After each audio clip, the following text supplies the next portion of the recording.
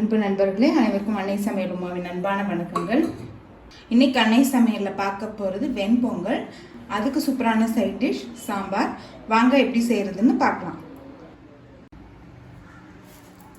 3/4 cup பாசிப்பருப்பு சேர்த்துக்கலாங்க. பாசிப்பருப்பை நல்ல வாசனை வர வரைக்கும் வறுத்துக்கலாம். நீங்கள் பாசிப்பருப்பு வறுத்துட்டு பொங்கல் பண்ணிங்கன்னா டேஸ்ட் ரொம்பவே நல்லா இருக்குங்க.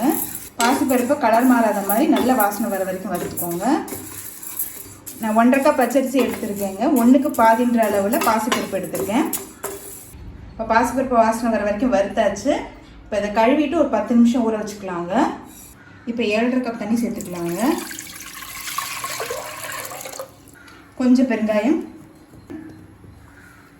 இது கூடவே 1/4 கப் பால் சேர்த்துக்கலாங்க. 1/2 டீஸ்பூன் சீரகம்,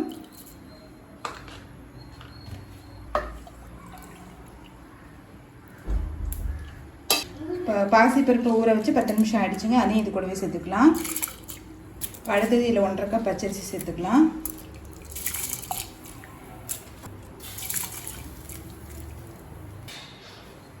தேவையான அளவு உப்பு, கொஞ்சமாக நெய் சேர்த்துக்கலாம். மூடி போட்டு குக்கர்லேருந்து 5 விசில் வந்தோடனே இறக்கி வச்சிடலாங்க. தேவையான அளவு நெய்,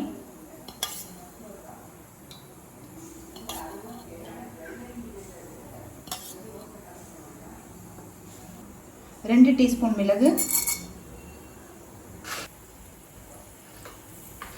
1 டீஸ்பூன் சீரகம். நம்ம ஏற்கனவே 1 டீஸ்பூன் சீரகம் சேர்த்துருக்கோங்க. அதனால் இப்போ 1 டீஸ்பூன் போதும். பொடியான நறுக்கின இஞ்சி,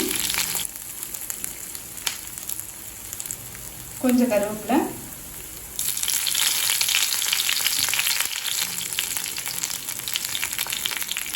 கொஞ்சம் பெருங்காயம், கொஞ்சம் முந்திரி,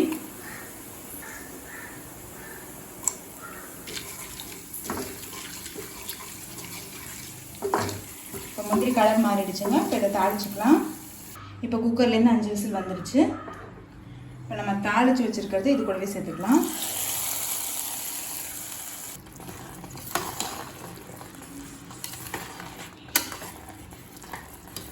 வெண்பொங்கல் ரெடி ஆகிடுச்சுங்க. சர்வ் பண்ணிடலாம்.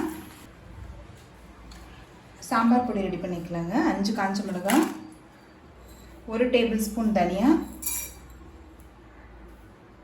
1 டீஸ்பூன் கடலைப்பருப்பு, 1/2 டீஸ்பூன் சீரகம், 1/4 டீஸ்பூன் மிளகு,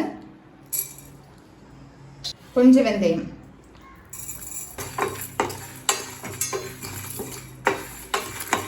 ஸ்லோவிலே வச்சு நல்ல வாசனை வர வரைக்கும் வறுத்துக்கலாம். எல்லாத்தையும் நல்லா வாசனை வர வரைக்கும் வறுத்தாச்சுங்க. இப்போ இதை மிக்சியில் அரைச்சிக்கலாம். கடாயில் தேவையான அளவு எண்ணெய், 1 டீஸ்பூன் கடுகு, 1/2 டீஸ்பூன் சீரகம், கொஞ்சம் கருவேப்பிலை, கொஞ்சம் பெருங்காயம், 10 சின்ன வெங்காயம் சேர்த்துக்கலாம். 3 பச்சை மிளகாய்,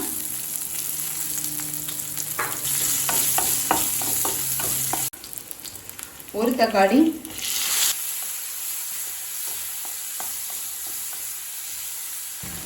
வேக வச்சு துவரம் பருப்பை இது கூடவே சேர்த்துக்கலாங்க. தேவையான அளவு உப்பு,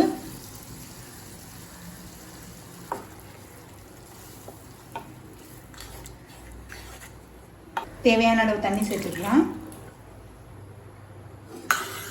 இப்போ பருப்பு சேர்த்துட்டு ஒரு 2 நிமிஷம் ஸ்லோவிலே இருக்கட்டுங்க. இப்போ 2 டேபிள் ஸ்பூன் புளி கரைசல் சேர்த்துக்கலாங்க.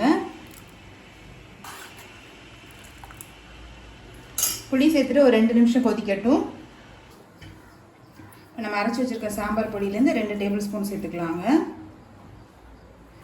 மீதி இருக்க பொடியை நீங்கள் அடுத்த தடவை கூட யூஸ் பண்ணிக்கலாம். கட்டி இல்லாமல் நல்லா கரைச்சி விட்டுருங்க. சின்ன துண்டு வெல்லம் சேர்த்துக்கலாங்க. இது வந்து சாம்பாருக்கு பார்த்தீங்கன்னா ஒரு ஸ்வீட்னஸ் கொடுக்கும், அதுக்காக தான் சேர்க்குறோம். எல்லாம் சேர்த்துட்டு 2 நிமிஷம் ஆகிடுச்சுங்க. இறக்க போகிறதுக்கு முன்னாடி கொஞ்சமாக பெருங்காயம் சேர்த்துக்கலாங்க. சாம்பார் நல்ல வாசனையாக இருக்கும். கொஞ்சம் கொத்தமல்லி,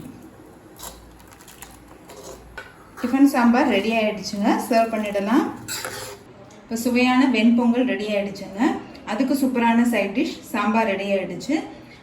ரெசிபியை ட்ரை பண்ணி பாருங்கள், கண்டிப்பாக உங்களுக்கு பிடிக்கும். ரெசிபி பிடிச்சிருந்ததுன்னா வீடியோவை லைக் பண்ணுங்கள், கமெண்ட் பண்ணுங்கள், ஷேர் பண்ணுங்கள். இது வரைக்கும் அன்னை சமையல் சேனலை சப்ஸ்கிரைப் பண்ணாதவங்க மறக்காமல் சப்ஸ்கிரைப் பண்ணுங்கள். தேங்க்யூ.